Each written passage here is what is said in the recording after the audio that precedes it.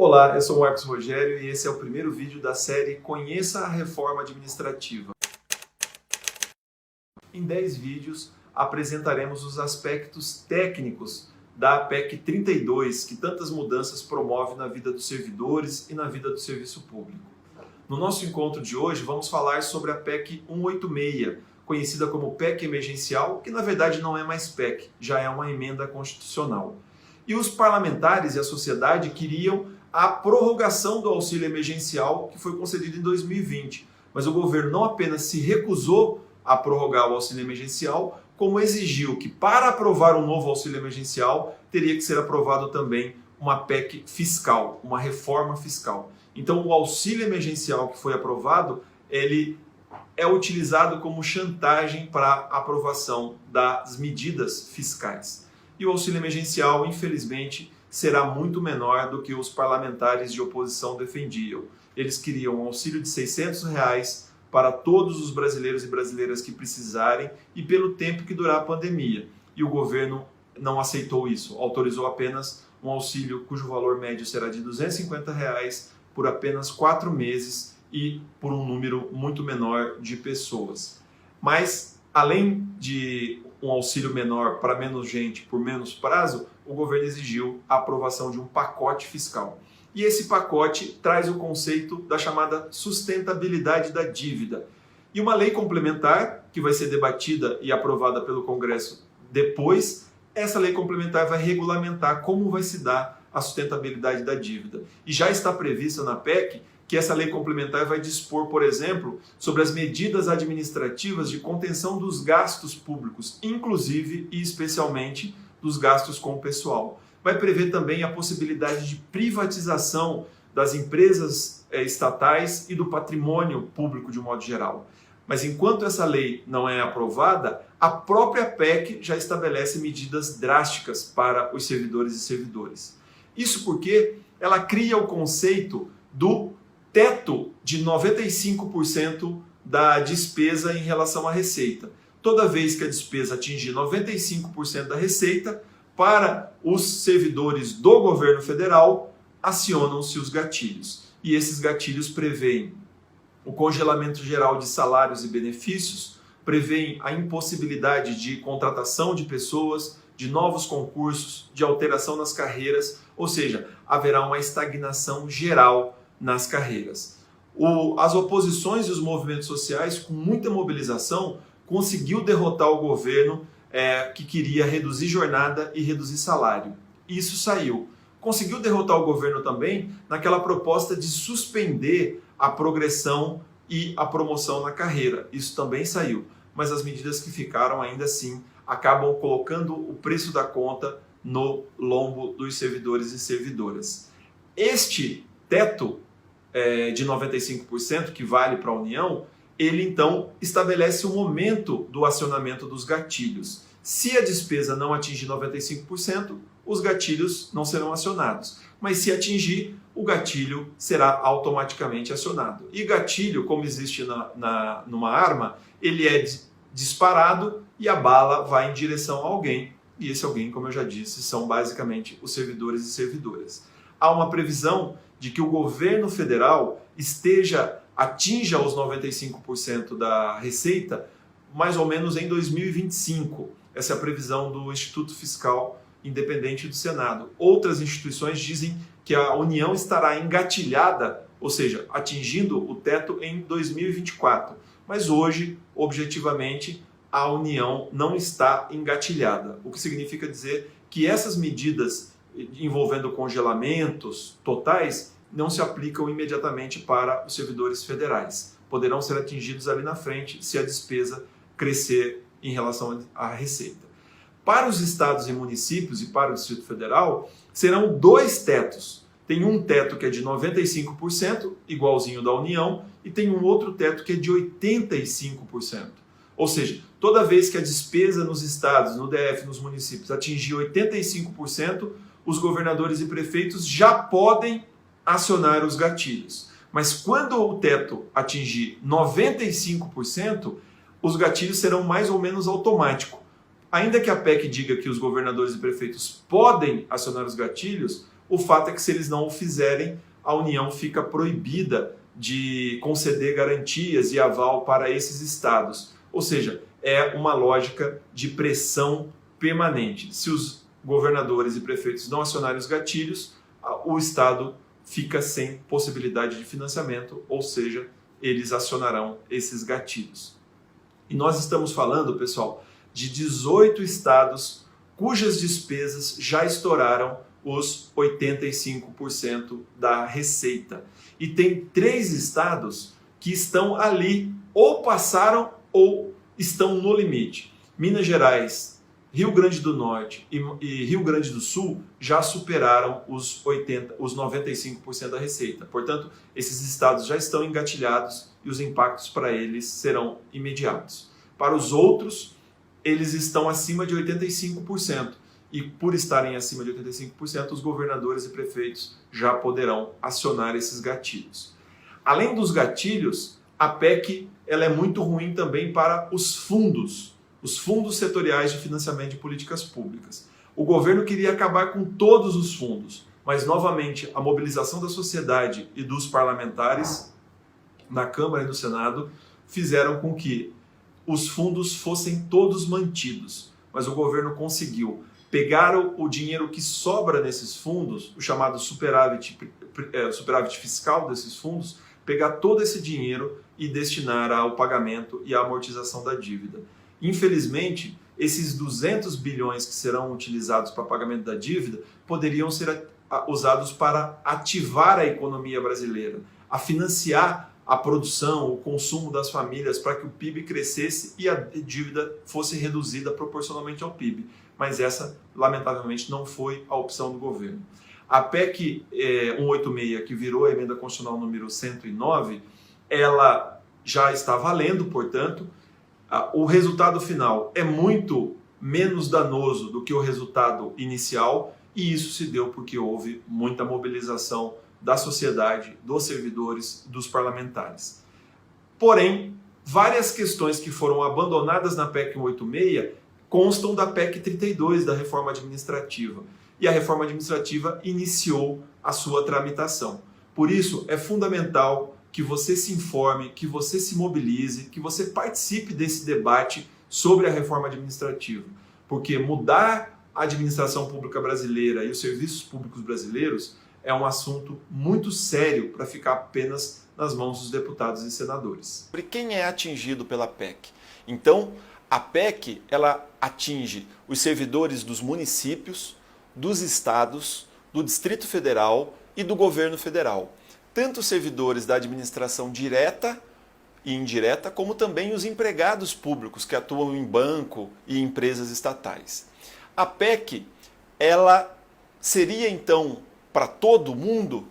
E a resposta é não, porque a PEC deixa de fora algumas carreiras, como juízes, promotores, procuradores, militares, não serão atingidos pela PEC, e o impacto da PEC para os cargos típicos de Estado, que são os cargos mais altos da administração, é muito diferente em relação ao impacto para as demais carreiras do serviço público. Mas então, Marcos, quem será atingido diretamente pela PEC?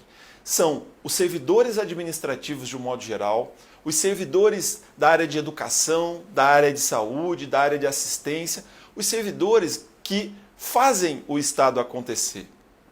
Eu digo sempre que a PEC ela aperta muito para o andar de baixo do serviço público, setores médios e o andar de baixo. Mas essa PEC, será que ela é boa para o Brasil? Essa resposta talvez você mesmo possa dar, porque a PEC da reforma administrativa, ela não quer modernizar o Estado, torná-lo mais dinâmico e rápido. Ao fim e ao cabo, a PEC faz parte da mesma ideologia neoliberal que defendeu a reforma da Previdência, a reforma trabalhista, a reforma fiscal, o chamado teto de gastos, cujo objetivo único é reduzir o tamanho do Estado, privatizar os serviços públicos e reduzir o direito. Quando nós falamos em redução de professores ou de médicos, de técnicos de enfermagem, nós estamos falando de redução de serviços na área de educação e de saúde, que são essenciais para a população, especialmente a mais pobre. Como nós sabemos, o governo enviou a PEC 32 para a Câmara em setembro. Mas somente agora, nas primeiras semanas de fevereiro, é que o presidente da Câmara despachou a PEC 32 para a CCJ. Na CCJ vai ser debatido se ela é constitucional ou inconstitucional. E vai ser uma primeira oportunidade de retirar da PEC diversos dispositivos que violam a própria Constituição. Mas eu particularmente duvido que isso vá acontecer. Na CCJ o debate costuma ser apressado, o governo coloca a maioria, aprova e depois encaminha para a segunda comissão, que é a chamada Comissão Especial. Nessa Comissão Especial é que então haverá o debate sobre o mérito da PEC 32. E é aqui na Comissão Especial onde os deputados, as entidades, as organizações poderão apresentar emendas para alterar o mérito da PEC. E é muito importante que você participe desse debate, porque uma sugestão sua apresentada sobre a forma de emenda pode mudar, inclusive, o próprio rumo como a PEC tramitará. Na comissão especial, há a necessidade de ter no mínimo 10 e no máximo 40 sessões para instrução da matéria. E depois, aprovado o relatório na comissão especial, ela segue para o plenário. No plenário, a PEC tem que ser aprovada em primeiro turno, com no mínimo 308 votos, e depois, no segundo turno, também com 308 votos. Ou seja, não é fácil aprovar uma PEC. O governo precisa ter uma base parlamentar realmente muito forte. E como essa PEC ela é muito ruim, eu entendo que há um espaço muito grande para ela ser debatida, aperfeiçoada e eventualmente até derrotada. Para você ter uma ideia do prazo, né? Na CCJ, como ela foi distribuída essa semana, em regra se gasta de 30 a no máximo 60 dias de tramitação na CCJ. Aí ela vai para a comissão especial. Na comissão especial, nós estamos falando também de 60 a 90 dias de debate na comissão especial. E aí, então ela chega no plenário. E lá no plenário a tramitação pode durar também cerca de 25 a 30 dias. Então, na melhor das hipóteses, nós estamos falando que a Câmara dos Deputados poderá aprovar a PEC 32 nos próximos 5, 6 meses. E se houver mobilização, se houver resistência, e eu acho que vai haver, esse prazo poderá ser esticado. Depois de aprovado pelo Senado, para a Câmara, ela segue para o Senado. E lá no Senado, de novo, ela vai ser encaminhada para a CCJ do Senado, lá não tem comissão especial, depois de aprovada na CCJ, ela segue para o plenário, e lá no plenário ela será debatida em primeiro e em segundo turno. E serão necessários 49 senadores para aprovar a PEC e então ela será promulgada. Só que se a PEC tiver alteração no Senado, ela volta novamente para a Câmara. Se tiver alteração na Câmara, ela volta novamente para o Senado. Fica este ping-pong até que a Câmara e o Senado possam aprovar um texto único. Normalmente, quando a Câmara aprova, em regra, o Senado carimba. E então ela vai à promulgação.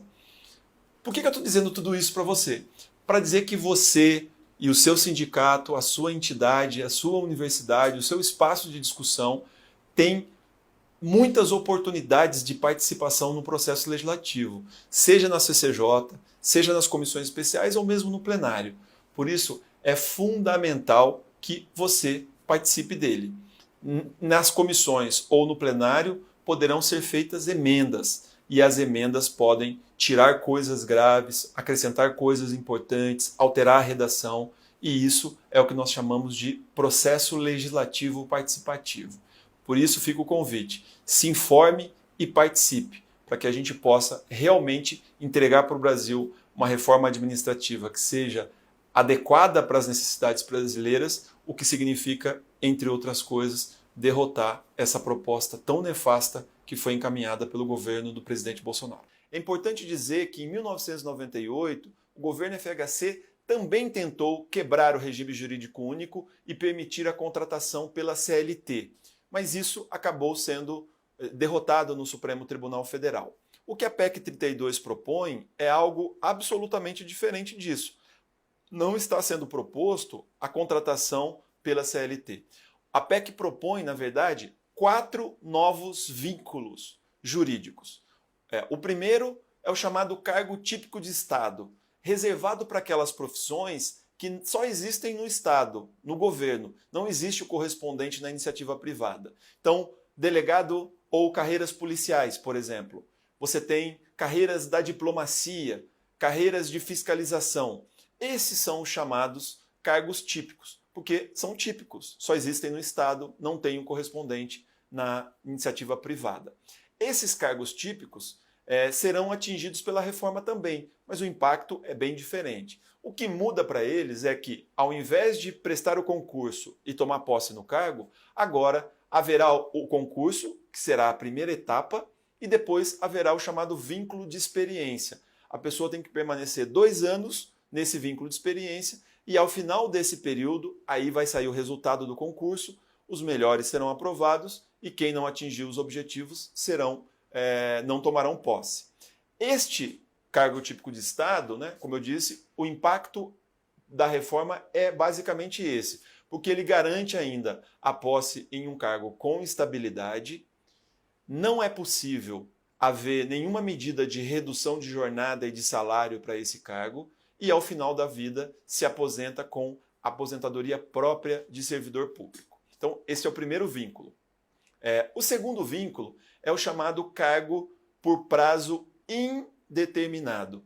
Ou seja, você presta o concurso, tem que se submeter também ao vínculo de experiência, mas no caso desse cargo, esse vínculo de experiência é de apenas 1 ano. Depois desse 1 ano, quem for aprovado, aí sim toma posse num cargo, mas a posse não garante a estabilidade. Este cargo não tem mais estabilidade. Então a pessoa toma posse num cargo sem estabilidade e, ao final da sua vida, ele poderá não se aposentar mais como aposentadoria própria de servidor, porque o artigo 9 da PEC permite que o governo aprove uma lei e preveja que a aposentadoria será pelo INSS. Mas além de perder a estabilidade e perder a aposentadoria própria de servidor, a PEC diz que muitas gatilhos e vedações poderão ser aplicadas a esse tipo de cargo. Por exemplo, eles serão suscetíveis também à redução de jornada e à redução de salário.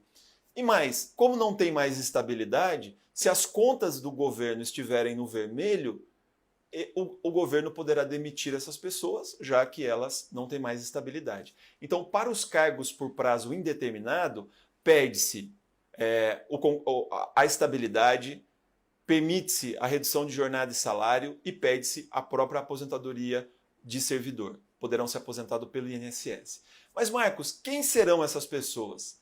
E aqui, pessoal, está basicamente 90 e tantos % dos servidores públicos brasileiros. Estão os professores e professoras, os profissionais de saúde, os profissionais da cultura, da assistência e todos os profissionais administrativos do governo municipal, estadual, distrital e federal. Ou seja, os setores médios e pequenos do serviço público serão duramente atingidos por essas mudanças da PEC.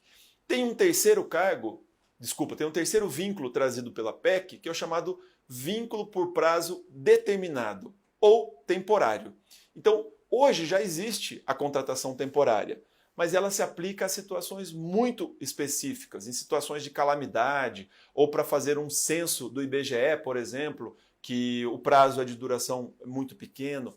A PEC traz mudanças permitindo a contratação de temporários para muitas situações. Inclusive, por exemplo, se os servidores saírem em greve para reivindicar salário, poderá ter contratação temporária. Poderá ter contratação temporária para situações tão distintas que, ao fim e ao cabo, os especialistas estão entendendo que o governo não vai mais fazer concurso público e vai substituir por cargos temporários. Esses cargos temporários não têm nenhuma garantia. Você é contratado por um período de tempo e depois poderá ser demitido como qualquer trabalhador da iniciativa privada. O contrato por prazo determinado, o contrato temporário, ele é um dos contratos de maior precarização do serviço público. O quarto modelo de vínculo é o cargo de direção e assessoramento. Ah, Marcos, mas hoje já existem as funções comissionadas e os cargos comissionados. É verdade, mas as funções comissionadas, elas são reservadas aos atuais servidores públicos e servem para que esses servidores subam na hierarquia ali do órgão e possa fazer a gestão, a administração desses órgãos. Com a transformação trazida pelas PECs, pela PEC 32, a função comissionada desaparece e o cargo comissionado passa a ser a lógica. Então o governo pode trazer pessoas que te apoiou na campanha, pode trazer pessoas de fora da administração pública para fazer a gestão do serviço público daquela entidade, daquele órgão. Isso é grave. Primeiro porque permite uma interferência política muito grande em trabalhos que muitas vezes deve ser técnico. E segundo, porque se esse servidor não fizer exatamente aquilo que manda o governo, mesmo que não seja o correto, o governo poderá mandar ele embora a qualquer tempo. Então, esses 4 modelos de vínculo, né? Cargo típico de Estado, prazo indeterminado, contrato temporário e livre assessoramento e direção, esses 4 modelos de vínculo, ao invés de melhorar a relação do Estado com o povo na prestação de serviço, na verdade cria muitas instabilidades e inseguranças. Mas eu quero chamar a atenção importante. Desses 4 modelos de vínculos, só um vai ter estabilidade, que são chamados cargos típicos de Estado. Todos os demais não terão estabilidade. E minha gente, alguns podem até pensar que a estabilidade é um privilégio do servidor, já que a iniciativa privada não tem. A iniciativa privada não tem estabilidade e a lei criou o FGTS, né, o Fundo de Garantia, como uma forma de recompensar. Mas isso não está sendo criado pela PEC. Você pede a estabilidade pura e simplesmente. Mas a estabilidade, ela nasce no Brasil em 1915 exatamente para proibir que um governo ganhasse uma eleição, mandasse todo mundo embora, nomeasse novas pessoas e essas pessoas não conheciam a própria dinâmica do serviço público. Então, foi sendo criado as leis para a estabilidade como uma forma de garantir a continuidade e também a profissionalização do serviço público. Logo depois da estabilidade, a Constituição de 1934 introduziu o concurso público. Então, o concurso público garante o mérito, garante a qualidade de quem vai ingressar na administração pública. E a estabilidade garante que esse servidor terá uma certa autonomia, mas, acima de tudo, não deverá cumprir ordens ilegais ou ordens que não sejam corretas. É claro que nós temos problemas, né? Ninguém está dizendo que o serviço público brasileiro funciona às mil maravilhas, mas toda agenda de mudança ela precisa mudar para melhor e não retroceder ao que o Brasil era antes de 1915.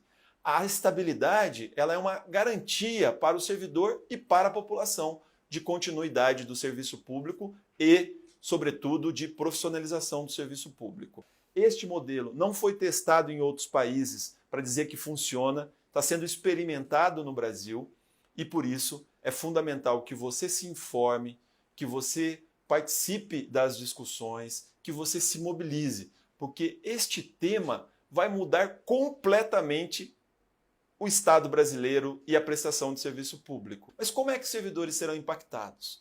De 2 formas. A primeira diz respeito à avaliação de desempenho. É fundamental que haja avaliação de desempenho e se meça a produtividade do servidor público. Isso garante serviço público mais eficiente e garante atendimento de melhor qualidade para o povo.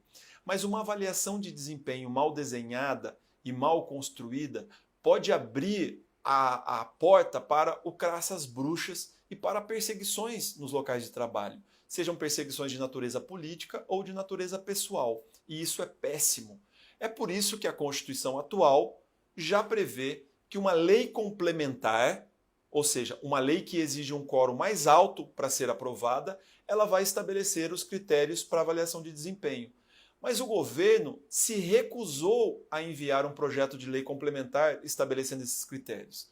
O que a PEC 32 faz? Ela retira da Constituição essa exigência e permite que uma lei ordinária ou uma medida provisória, cujo quórum para aprovação é bem baixinho, seja a lei que regule a avaliação de desempenho. Em outras palavras, o governo, por medida provisória, poderá estabelecer os critérios de avaliação de desempenho de todas as categorias, mesmo a sua categoria que já prevê mecanismo específico de avaliação de desempenho. Então, é grave isso. É grave porque em temas como de lei ordinária ou de medida provisória, o Congresso não faz o debate devido, não tem tempo necessário para ouvir as categorias, ouvir os especialistas e construir um texto equilibrado.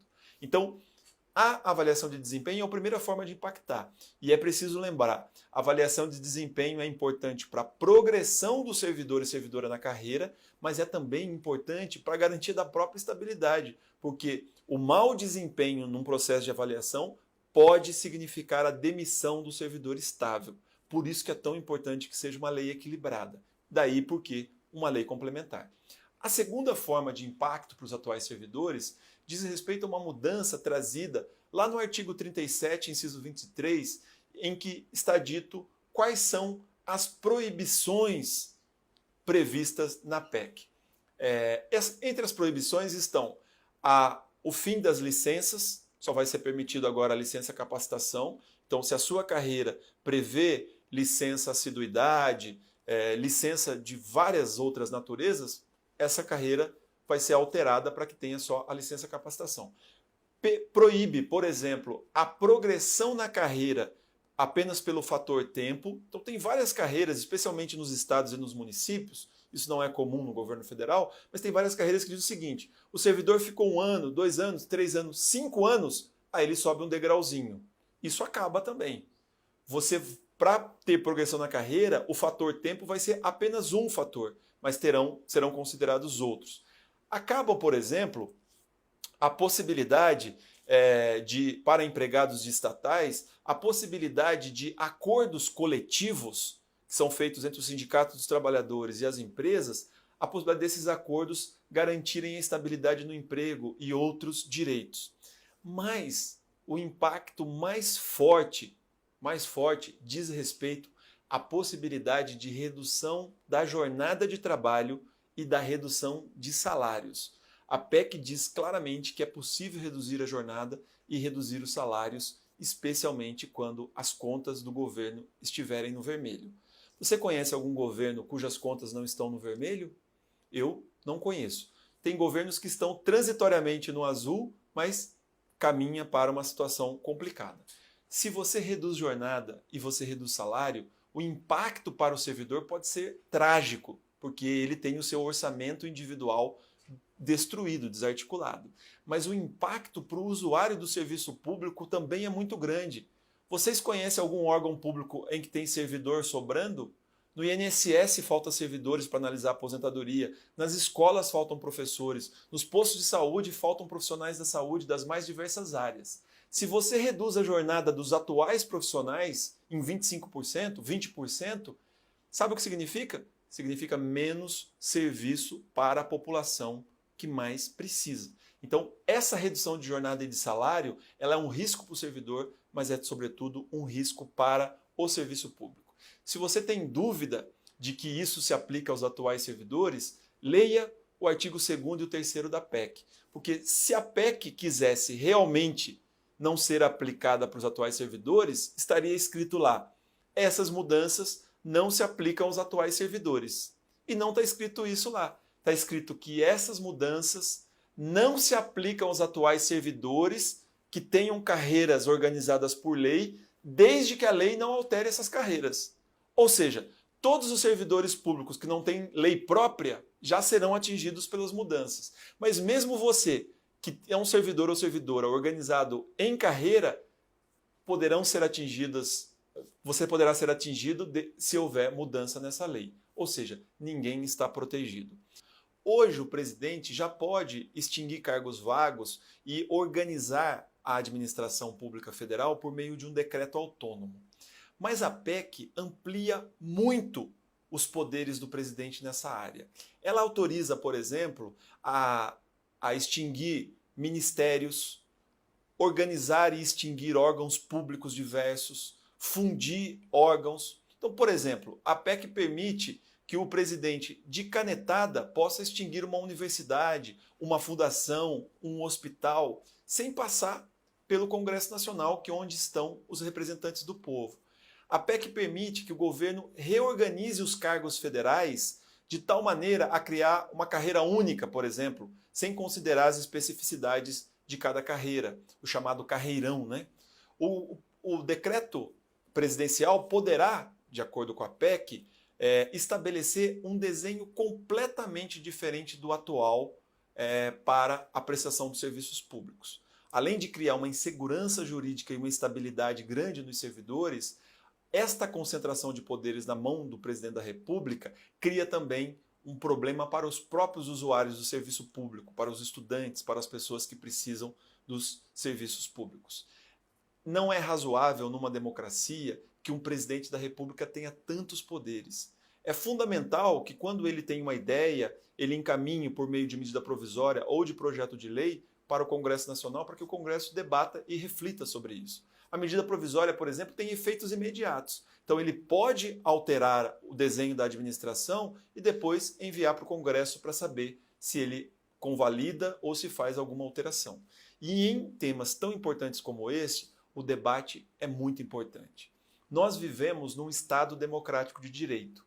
E nesse Estado democrático de direito, o presidente pode muito, mas não pode tudo. Os poderes eles se dividem e eles inclusive se controlam. Aumentar os poderes na mão do presidente da República não é compatível com a democracia. Isso é comum de governos autocráticos, autoritários, de governos de ditaduras ou de governos como o Estado Novo do Getúlio Vargas lá em 1937. O que nós precisamos é de eficiência, de agilidade, mas através da medida provisória, que depois tem que ser submetida ao Congresso Nacional, o governo consegue os mesmos objetivos que está querendo com o decreto.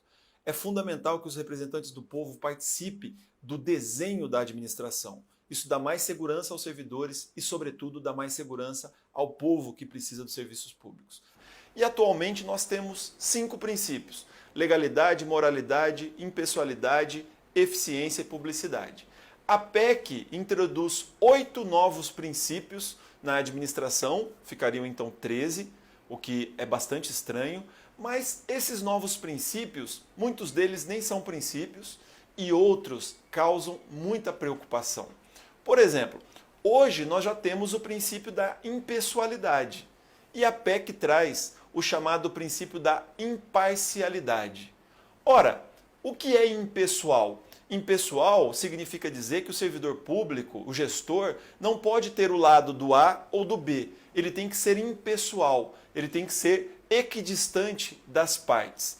Quando a PEC traz o princípio da imparcialidade, ela não está alterando o princípio da impessoalidade. Então, o que seria o princípio da imparcialidade? E isso não está claro no texto da PEC. Por isso que muitas pessoas entendem que o governo está, através do princípio da impessoalidade, introduzindo a chamada ideologia da escola sem partido. Ou seja, os gestores públicos teriam que ser imparciais, não deveriam ter opiniões sobre os fatos, sobre as coisas. Imagina um professor, servidor público em sala de aula, sendo punido porque ele não é imparcial em relação a um determinado fato histórico. Imagine um pesquisador de uma universidade sendo punido por não ser imparcial, porque, por exemplo, ele entende que as mudanças climáticas são um problema sim, e o governo entende que não são um problema. Imagine alguém da área da saúde, servidor da área de saúde, sendo punido por ser obrigado a prescrever algum remédio como cloroquina, ivermectina, que não tem evidências científicas de que funciona. Ele seria punido por estar sendo parcial, já que ele ficou do lado da ciência? Então, a imparcialidade, do jeito que está posto na PEC, causa muita preocupação. Mas tem um outro princípio que é ainda mais preocupante. É o chamado princípio da subsidiariedade. O nome é grande, mas eu vou explicar. Subsidiário é aquilo que não é principal. É o subsidiário. Você tem o principal e o subsidiário. Este princípio da subsidiariedade já existe na nossa Constituição no capítulo que trata da ordem econômica. O que significa que nós vivemos numa economia de mercado e o Estado não deve ser ele próprio proprietário de supermercado, de lanchonete, de academia de ginástica, de posto de gasolina, porque o mercado funciona bem, o mercado provê melhor esses serviços do que o Estado. Então o Estado ele tem que ter uma conduta subsidiária em relação ao mercado. Ou seja, ele pode entrar naquelas áreas que o mercado não funciona e pode entrar naquelas áreas que são estratégicas, importante para a segurança nacional ou importante para a vida dos brasileiros e brasileiras, como é o caso da Petrobras, como é o caso de bancos públicos e tantas outras questões mais. Quando você introduz o princípio da subsidiariedade, ele está na ordem econômica, onde ele é muito bem-vindo, mas quando você leva ele para o coração da administração pública, o que é que você está dizendo?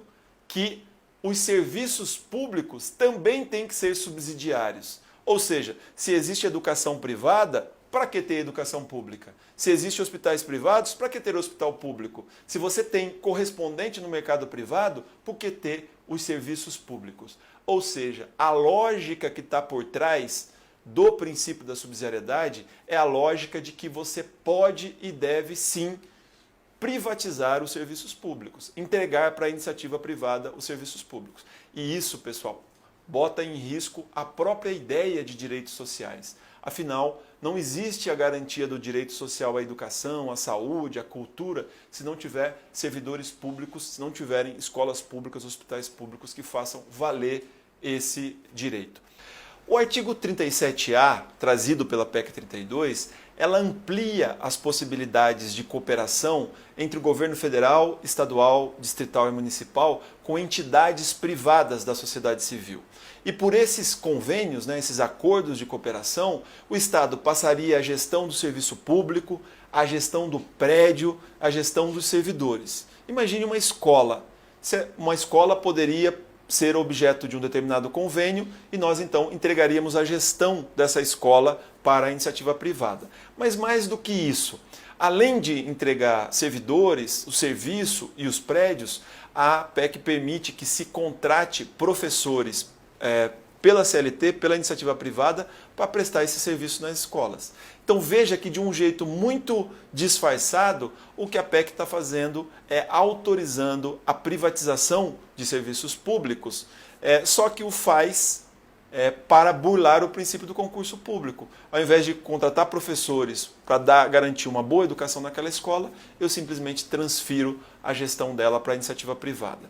Nós já vemos isso com o OS, nós já vemos isso com convênios de creche, mas o que a PEC faz é elevar para o texto da Constituição essa possibilidade e radicalizar essa possibilidade, de tal maneira que essa passe a ser uma forma regular e natural de gestão de todos os equipamentos públicos, seja na área de educação, de saúde, de assistência e todos os outros.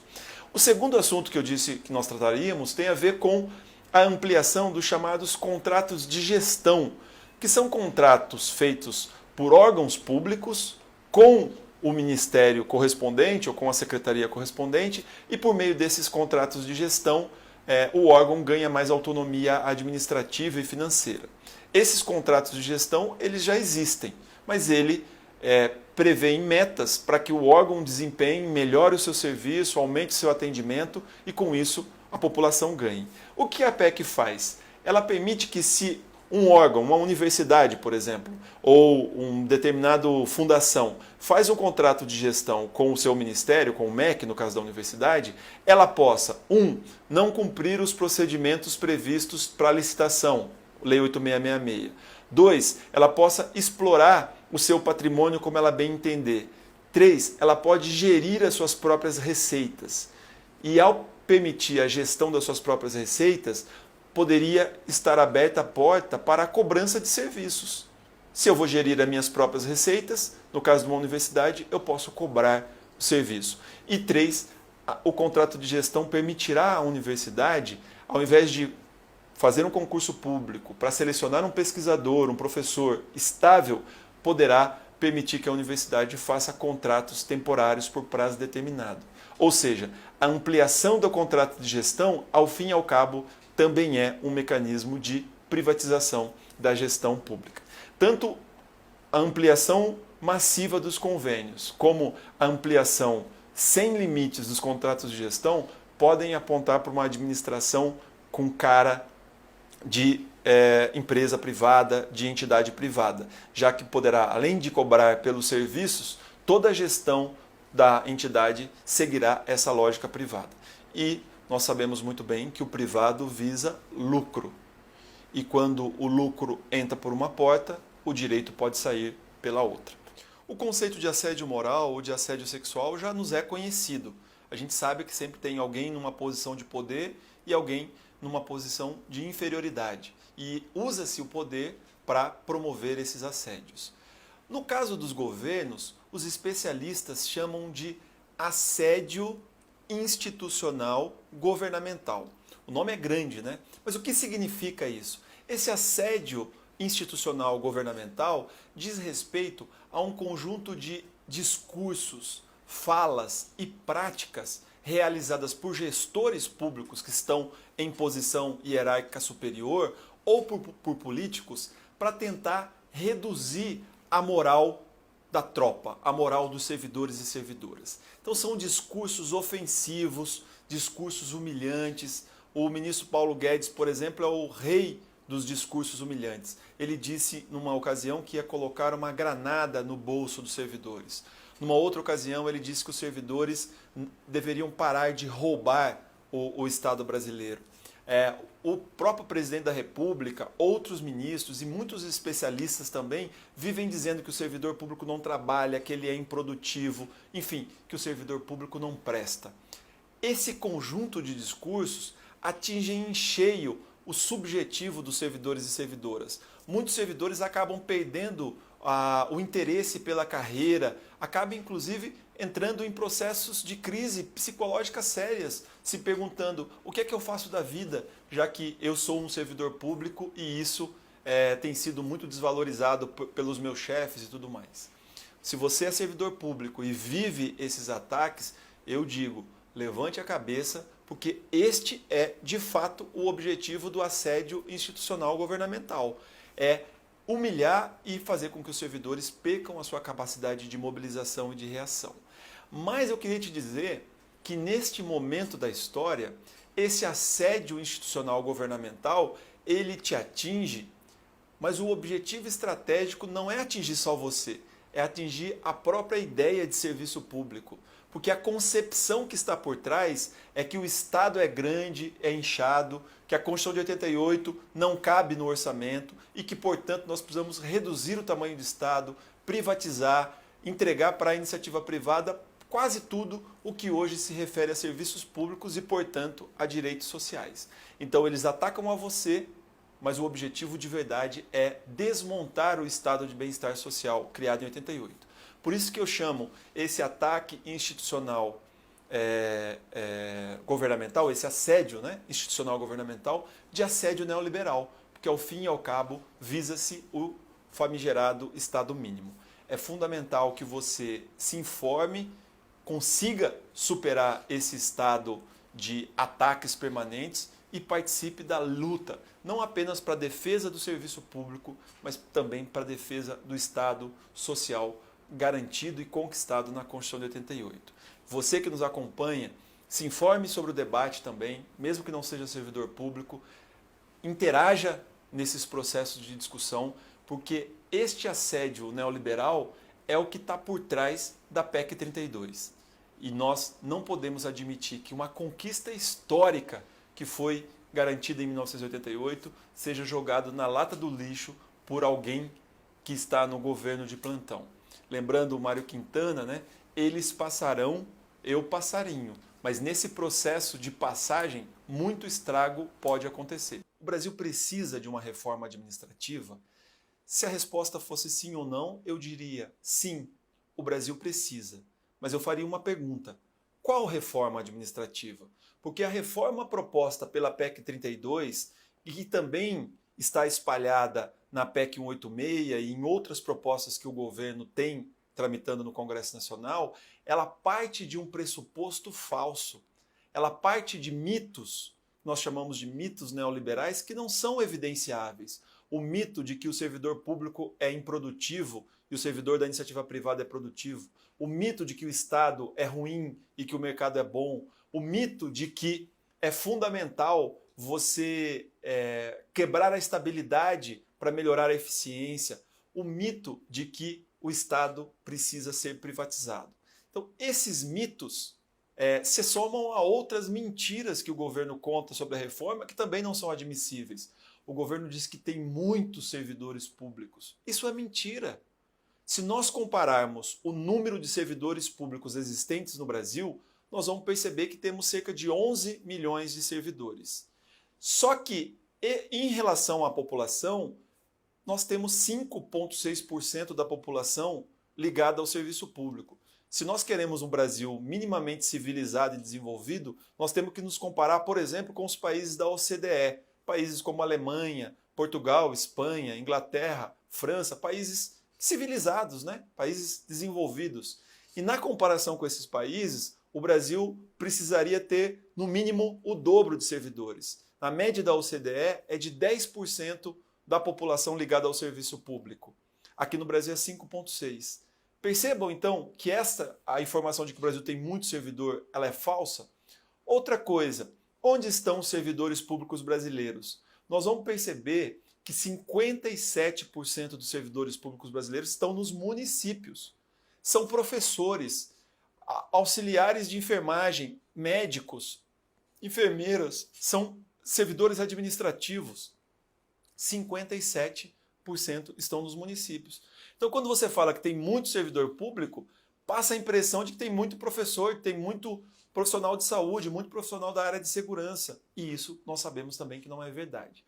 Outro mito contado de forma repetitiva é que o servidor público ganha muito. Ora, onde está concentrado o maior número de servidores, que é nos municípios, a média salarial é de R$ 2.900 e a média salarial na iniciativa privada ela é de R$ 2.100. Então, esse mito também não se estabelece. É evidente que existem distorções e nós precisamos corrigir essas distorções. Um país que preza pela igualdade não pode ter gente ganhando 40, 50, 60 mil e outros ganhando um salário mínimo ou menos do que isso. Então é fundamental que a gente busque isso. Mas perseguir a igualdade, combater os privilégios, não pode servir de desculpas para fazer uma transformação tão radical e nefasta como esta prevista na PEC 32. Mas então, Marcos, o que nós deveríamos fazer numa reforma administrativa? A primeira coisa é que o debate da reforma precisa ser pautada pelo diálogo. É preciso chamar a universidade, chamar os representantes dos servidores, chamar os técnicos, a sociedade e construir uma proposta por meio de diálogo. Essa proposta, por exemplo, tem que incluir a regulamentação da avaliação de desempenho. Já está previsto na Constituição, precisa de uma lei. Essa proposta precisa debater temas como: nós temos um país em que o salário inicial do servidor público acaba sendo alto. Só que do salário inicial ao teto da carreira, o servidor atinge muito rapidamente. Depois ele atinge o teto, ele não terá mais estímulos para continuar se qualificando e se envolvendo. Nós temos uma discussão no Brasil que tem locais que faltam muitos servidores, como é o caso do INSS, em que as aposentadorias esperam meses, anos, sem serem analisadas por falta de servidor. O debate da reforma administrativa tem que levar em consideração como estão sendo prestados os serviços públicos atualmente e o que o Brasil precisa. E este debate é um debate que só pode ser feito trazendo todas as partes para a mesa. Então, sim, o Brasil precisa de uma reforma administrativa, mas não, o Brasil não precisa da proposta de reforma administrativa trazida pela PEC 32, porque ao invés de reformar, ela desmonta o estado de bem-estar social conquistado em 88 e desmonta a própria ideia de serviço público prevista na Constituição. Este tema é fundamental para os servidores e para os usuários do serviço público. Por isso, se informe, participe do debate, participe das discussões. Não deixe que um tema tão estratégico como esse fique restrito aos políticos de Brasília.